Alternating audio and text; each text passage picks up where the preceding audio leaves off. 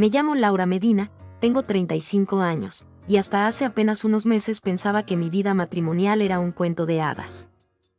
Nos conocimos con Marcos cuando estudiábamos psicología en la universidad. Él era ese chico tranquilo, de sonrisa accesible y mirada curiosa, al que siempre encontrabas leyendo a Jung o planteando teorías del comportamiento humano. Yo, más sobrepasada por mis propios sentimientos que por los apuntes, me enamoré de su inteligencia y de la forma en que me hacía reír sin proponérselo. Después de graduarnos, compramos ese departamento pequeño pero acogedor cerca del centro de la ciudad. Pasamos juntos noches interminables pintando paredes, armando muebles y planeando viajes que nunca llegamos a hacer. Yo trabajaba por las mañanas como terapeuta en una clínica de salud mental, y él daba clases de introducción a la psicología en la universidad. Nuestros ingresos nunca fueron lujosos, pero juntos podíamos ahorrar para darnos los caprichos, una cafetera de buena marca, un mueble de diseño o incluso un perro feliz que adoptamos el año pasado y al que llamamos Luna. Nuestros fines de semana eran casi siempre iguales: paseo al mercado de pulgas, desayuno en ese café con muffins recién horneados y largas charlas sobre lo que queríamos construir, un matrimonio estable, hijos en un futuro cercano y, ¿por qué no?, un proyecto propio de terapia grupal. Yo me sentía plena. Pensaba que con él a mi lado podía enfrentar cualquier tormenta. Nunca imaginé que el huracán venía de adentro de mi propia casa. Todo empezó en una tarde cualquiera de otoño. Yo había salido temprano para atender una sesión con una paciente, y Marcos se quedó en casa porque tenía un día tranquilo. Debía revisar unos apuntes y grabar los audios de su nueva clase en línea. A eso de la 1 de la tarde, recibí un mensaje suyo diciendo que se estaba tomando un café en el balcón y que lo acompañara si terminaba mi sesión antes. Me sentí dichosa de poder compartir un rato de descanso a media jornada, pero la verdad es que mi día se complicó con un caso de emergencia en la clínica y no pude salir hasta las 5. Cuando llegué, la puerta del departamento estaba cerrada y sentí olor a café recién hecho. Abrí la puerta y lo vi sentado en la sala, con la mirada perdida, acompañada por una taza humeante en las manos. Me acerqué y le di un beso en la mejilla. Disculpa, amor. Se me complicó todo en el trabajo. Él asintió sin mirarme a los ojos, como si estuviera metido en sus propios pensamientos. No importa, yo estaba revisando unas notas y... Se detuvo y sacudió la cabeza, como si quisiera quitarse algo de la mente. ¿Estás bien?, pregunté, preocupada. Sí, claro. Algo distraído, nada más. Su indiferencia me quedó sonando como un eco. Algo no encajaba. Dejé mi bolso en la mesa y me asomé al computador. La pantalla de su escritorio estaba bloqueada. Le pedí la contraseña, y él me la dio sin titubear. Lo primero que noté fue que había un par de ventanas del navegador abiertas, pero él las cerró rápido cuando las vi. Yo fingí tranquila mientras tomaba la taza de café que estaba todavía tibio. El sabor era suave, cubierto por un matiz amargo que no supe identificar en ese momento. La noche transcurrió sin más, o eso creía yo. Cenamos juntos un arroz con verduras que él había preparado, y hablamos de cosas triviales: el trajín de la clínica, el perro que estaba aprendiendo a sentarse con una golosina del veterinario. Lo besé cuando se despidió para irse a dormir, dándole las gracias por la cena, pero por dentro algo me apretaba el estómago. Al día siguiente, mientras cobijaba mi taza de café en la cocina, vi el computador encendido en la sala. Mi mano se extendió casi sin darme cuenta hacia el mouse, y mi corazón empezó a latir con fuerza. Abrí el navegador en la pestaña de historial y descubrí un usuario llamado C. López, inicial de Clara, que había estado revisando correos con frecuencia. Mi respiración se aceleró. Clara era mi mejor amiga desde la universidad. Era la persona que, en mis días más oscuros de tesis, me había acompañado con palabras de aliento. ¿Por qué su nombre aparecía una y otra vez en el historial? Mi mente dio vueltas como una noria. Intenté no pensar mal, intenté creer que él revisaba un trabajo profesional de ella o algún material académico. Pero, cuando indagué más explorando la carpeta de descargas, encontré fotografías. Ella sonreía en un restaurante elegante, con él sentado justo al lado, el brazo de Marcos alrededor de su cintura. Las imágenes estaban fechadas la noche anterior, cuando yo creí que estaba solo en el departamento. mi piel se puso de gallina. Cerré todo tan rápido como pude y me senté en el sofá, tratando de respirar. En ese instante entendí la traición, no era un desliz, no era una tontería pasajera. Él había estado con mi amiga, en mi propia casa, con la tranquilidad de que yo no sospechaba nada. Los días siguientes fueron un caos emocional. Quise confrontarlos, pero mi mente dividida me detenía. Quería recostarme en su pecho y exigirle explicaciones, pero al mismo tiempo quería huir de ese departamento que habíamos construido juntos. La rabia y la tristeza se mezclaban en un cóctel amargo que me impedía pensar con claridad. Cada vez que lo veía en la cocina preparando café, mi estómago se retorcía. Cada vez que escuchaba el plink de un mensaje en su teléfono, me imaginaba la cara de Clara, riendo junto a él. Me di cuenta de que me había vuelto un fantasma en mi propia casa. Caminaba en silencio, evitaba compartir el mismo sofá, pasaba las noches en vela repasando cada momento feliz pensando, ¿cuánto de eso fue real? Intenté hablar con él aquella primera tarde. Marcos, tenemos que hablar. Él me miró con esa calma hipnótica que siempre me tranquilizaba, y por un segundo creí que todo podía solucionarse. ¿De qué quieres hablar? Es sobre Clara, y las fotos que encontré en tu computadora. Su expresión cambió. Noté un destello de culpa que intentó ocultar tras una mueca de indiferencia. No sé de qué hablas, mintió. No me mientas, respondí. Vi las fotografías. Están fechadas, salimos los dos, abrazados, en mi sala. Él me contó la verdad cuando me dijo que estaba ocupado grabando la clase de hoy. Se enjugó la nuca con la mano y trató de recobrar la compostura. Laura, esto no es lo que piensas. Comenzó. No digas que no, exploté, con lágrimas amenazando en mis ojos. No me mientas. Él se levantó de golpe y dejó la taza en el fregadero. Se acercó lentamente, como si midiera cada paso. Está mal, lo sé. Pero no podemos hablar de esto así. Me interrumpí a mí misma. Hablar de esto, entre risas amargas. ¿Qué vas a decirme? ¿Qué fue un error? ¿Qué me amas? Mi voz se quebró. Él agachó la mirada y ya no dijo nada. Me di vuelta y me encerré en mi dormitorio, sintiendo que el mundo se caía a mi alrededor. Esa noche apenas dormí. Lloré en silencio, repasé cada segundo que compartimos. Intenté recordar si había señales, si yo había sido tan ciega. Y, al amanecer, tomé la decisión que me dio algo de paz, no iba a confrontarlo de frente.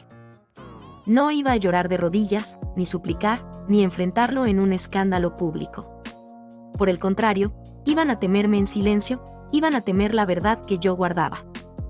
A la mañana siguiente, fingí que todo estaba bien. Me levanté, me arreglé cuidadosamente y le hice el desayuno como si nunca hubiera ocurrido nada, café recién hecho, pan tostado con mermelada y huevos revueltos. Él me miró y quiso decir algo, pero yo lo interrumpí con una frase gélida. Buen día. Sentí el impacto de mi voz en mis propias palabras, como un disparo que marcaba el inicio de algo distinto.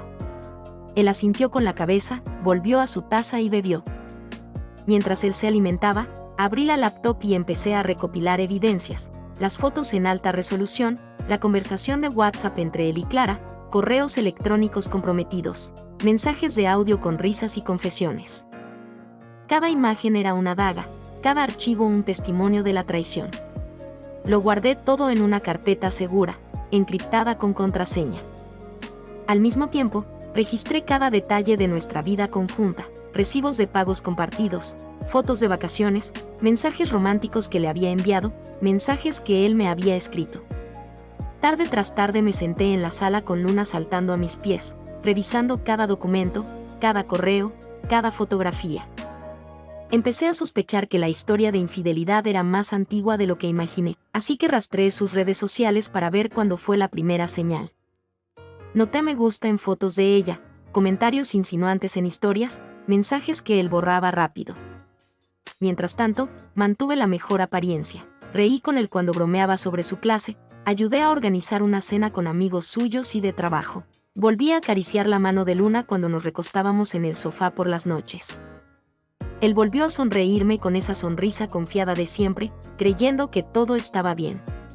Me felicitó por la cena, me dijo que parecía la misma Laura de siempre. Y yo asentí, con el corazón endurecido, sabiendo que ese cálido comentario sería parte de mi arsenal. Mientras ellos creían estar salvados, yo terminaba de preparar mi venganza. Llegó el día en que di el primer paso oficial. Hablé con un abogado especializado en divorcios. Lo llamé por la mañana, fingiendo una consulta banal sobre derechos y deberes en cohabitación. Me recibió en su oficina al mediodía siguiente. Era un hombre de 50 años, con cabello cano bien peinado y gafas de montura negra. Su oficina, inundada de luz natural, tenía estanterías repletas de libros de leyes y diplomas colgados en la pared. Le conté mi versión de los hechos, desde esa tarde en que encontré las fotos hasta la evidencia que había recabado. Él me escuchó sin interrumpirme, tomaba notas y a ratos alzaba la mirada para aclarar algún punto. ¿Tienes pruebas de la relación?, preguntó. Sí, contesté, con la voz firme. Fotos, capturas de pantalla de conversaciones, correos electrónicos en los que se citan encuentros en esta casa. El abogado asintió, con esa cara de quien ya intuye que la balanza legal se inclina a mi favor. Muy bien, Laura. Con esto podemos iniciar un proceso de divorcio por infidelidad comprobada. Esto nos permitirá solicitar una división de bienes favorable y, en tu caso, quizás la custodia de Luna por consideraciones objetivas. Sentí un peso enorme salir de mis hombros. Por primera vez en días, respiré libremente. ¿Y qué pasa con los bienes que compramos juntos?, pregunté, sonriendo con amargura. ¿Qué pasará con este departamento? Depende de quien aparezca como titular ante el registro, explicó. Si el registro indica que ambos son propietarios, tienes derecho a la mitad. Pero, dada tu situación de infidelidad de él, podemos solicitar una compensación económica adicional. Perfecto, respondí. Haré que valga la pena todo lo que me hizo pasar. De regreso a casa, me sentí más fuerte. Era como si cada paso que diera tuviera un propósito claro: exponer la verdad, obtener justicia y empoderarme de nuevo. Me puse a redactar la demanda, incorporé cada evidencia con fechas, horas y contexto. El abogado revisó el documento y, al presentarlo, marcamos la fecha en el calendario, el comienzo del fin para Marcos y Clara. Mientras el proceso legal avanzaba con rapidez, me dediqué a fortalecer mi círculo de apoyo. Llamé a nuestra amiga Natalia, la que siempre fue confidente de Andrea sin saber toda la verdad. Le conté lo sucedido de forma gradual, le mostré las pruebas, y su reacción fue de indignación y sorpresa. Laura, no puedo creer que haya hecho esto, que te haya traicionado así. Lo sé, asentí.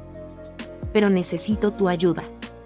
No quiero escándalos, solo que la verdad llegue a todos los que nos rodean. Natalia estuvo de acuerdo y llamó a varios amigos en común para reunirse un viernes en su departamento. Organicé la reunión como si fuera una velada normal: pizzas, cervezas y charlas de cotilleo. Entre los asistentes estaban Tomás, mi mejor amigo del trabajo, Isabel, amiga de la infancia, Juan, colega de la clínica, y un par más. Andrea llegó casi al final, sin sospechar nada, vestida con elegancia en un vestido negro y tacones altos. Sonrió al ver a la mayoría de nosotros, saludó con un beso en la mejilla y preguntó con coqueteo: ¿qué fiesta sorpresa va a ser esta? Ni siquiera me invitaron. Yo me levanté, ofrecí la jarra de cerveza a Juan y dije: Andrea, por favor, acompáñame un momento al balcón. Sentí como su sonrisa se desvanecía. Nos salimos con su vaso en la mano y la noche fresca de otoño nos dio la bienvenida. Tomé su mano y la conduje frente a la ventana que daba al centro de la sala, donde todos aún conversaban ajenos. Necesito que sepas algo, empecé, con voz mesurada. Esta reunión no es para fiesta. Sus ojos se estrecharon con sospecha. ¿A qué te refieres? Le di la espalda y abrí la laptop que había traído. La apoyé sobre la baranda del balcón y proyecté en pantalla gigante la primera imagen: ella sentada en mi cama y Marcos apoyando la mano en su cadera. Luego mostré los mensajes de WhatsApp, aquel audio donde ella reía, el mensaje donde le decía: te veo esta noche, amor. Sentí el silencio como una nube espesa a mi alrededor. Ella palideció, dejó caer la copa y retrocedió varios pasos. ¿Pero eso qué es?, exclamó, como si creyera que todo era una mentira. Yo continué, sin dejar de mirar la pantalla. Esa es la Clara que creía mi amiga. Y ese es el hombre que creía mi esposo. Quiero que todos vean que su amistad iba más allá de un café o una charla de sobremesa. Cada imagen, cada mensaje. Entonces volví al interior y, desde la distancia, observé a la sala. Algunos chicos bajaron la voz, otros se miraban sorprendidos. Juan se levantó y se acercó a la pantalla, murmurando: «No puede ser». Marcos llegó corriendo, con los ojos desorbitados. «Laura, apaga eso de inmediato. Esto no es verdad». «No es verdad», le respondí, con la voz aún en calma. «Estas pruebas tienen fecha, hora y lugar. Todo sucedió en este departamento». Él la agarró del brazo, con furia contenida. Clara corrió detrás de él. La vi tartamudear. «Laura, yo, lo siento». Pero en ese instante el mundo entero me pareció más liviano. Había liberado mis grilletes. La velada terminó en caos. Andrea salió corriendo con lágrimas, Marcos la siguió gritando insultos. Algunos amigos vinieron a consolarme, a darme abrazos, a decirme que había hecho lo correcto. Sentí que ese era mi momento, el círculo se cerraba y yo era la única en pie. El consejo legal fue rápido. En la primera audiencia de divorcio, el juez vio la evidencia y dictaminó medidas provisionales a mi favor, residencia del departamento a mi nombre, sentencia de custodia para Luna y un pago mensual de manutención por parte de Marcos. Además, le ordenaron a él y a Clara que se abstuvieran de acercarse a mí. Poco después, supe que Marcos pidió ayuda a sus padres, rogándoles que intercedieran para que yo fuera menos dura. Sus padres, avergonzados, se negaron a ayudarlo. Clara, en cambio, intentó disculparse en correos desesperados, suplicando mi perdón, pero ya no quedaba espacio en mi corazón para sus mentiras. Simplemente eliminé sus mensajes y bloqueé sus números. Vendí mis cosas en común, los muebles que habíamos comprado juntos, los cuadros de aquel pintor local al que íbamos en citas de domingo. El departamento lo mantuve para mí, era mi refugio, mi territorio. Le cambié la cerradura, puse un nuevo letrero en la puerta con mi nombre y me senté a respirar por primera vez sin miedo. Con el dinero ahorrado, tomé mi primera decisión propia: inscribirme en un máster en terapia familiar en otra ciudad. Quería redirigir mi vida hacia ayudar a otros a sanar sus heridas, como yo misma había empezado a sanarme. Vendí mi coche y compré uno pequeño, más económico, para asegurarme de que nada me atara a ese pasado que tan pronto renuncié. Compré un billete de autobús, hice la mudanza y abrí la puerta de mi nueva habitación, pequeña pero iluminada por ventanales grandes. El aire olía a libertad y a café de la cafetería de la esquina. Las primeras semanas en la nueva ciudad fueron intensas: conocer gente, adaptarme a nuevas rutinas, enfrentarme a la nostalgia. Pero cada vez que me sentaba a estudiar, sentía que los fantasmas de mi pasado quedaban detrás. Hablaba con mis compañeras de clase sobre dinámicas familiares, patrones de abuso, resiliencia. Cada texto que leía, cada práctica que realizaba, me recordaba por qué había luchado, para ser más fuerte, para dejar de ser víctima. Tiempo después, mientras esperaba el autobús para regresar a clases, vi por casualidad a Clara pasando con un rostro demacrado, su cabello en un moño improvisado, la mirada destrozada. Me acerqué a ella, sin temor, y la saludé con educación. «Hola, Clara». Ella se detuvo, me miró con sorpresa y una chispa de arrepentimiento en los ojos. Murmuró mi nombre y dio media vuelta, sin decir nada más. En ese instante, comprendí que mi venganza no había sido solo exponerla, sino demostrarme a mí misma que no estaba rota. Que un engaño, por terrible que fuera, no definía mi valor. Supe que su cara demacrada era el reflejo de la vergüenza que había sembrado y que ahora cosechaba. Un año después, aprobé el máster con honores y abrí mi propia consulta de terapia familiar, atendiendo casos de jóvenes que, como yo, habían sufrido traiciones y abusos. Instauré un grupo de apoyo especializado en parejas engañadas, con charlas semanales y testimonios alentadores. Cada vez que una persona me contaba su historia, yo recordaba mi propio trayecto, la decepción, la venganza silenciosa, la reconstrucción. Hoy, cada mañana al despertar en mi pequeño apartamento, tomo a Luna de mi cama y salgo a caminar por el parque. Me detengo a observar los árboles, a escuchar las risas de los niños, a sonreír sin cadenas en el corazón. A veces, en las noches tranquilas, me siento en el balcón con una taza de té y recuerdo a ese hombre y a esa amiga que creí míos para siempre. Y pienso, gracias a ellos, aprendí mi propia fuerza. Mi venganza se cumplió sin tener que gritar, sin manchar mi nombre en escándalos públicos. Fue silenciosa, eficaz y me dio algo que ninguna humillación a ellos me habría dado, mi propia liberación. Porque la verdadera venganza no es destruir al otro, sino reconstruirte de tal manera que el pasado deje de doler y la traición se convierta en tu motor para renacer. Si te gustó el drama, el karma y el chisme, suscríbete para más historias igual de jugosas. Nos vemos en la próxima, porque en este canal, el cringe es real, y la venganza, deliciosa.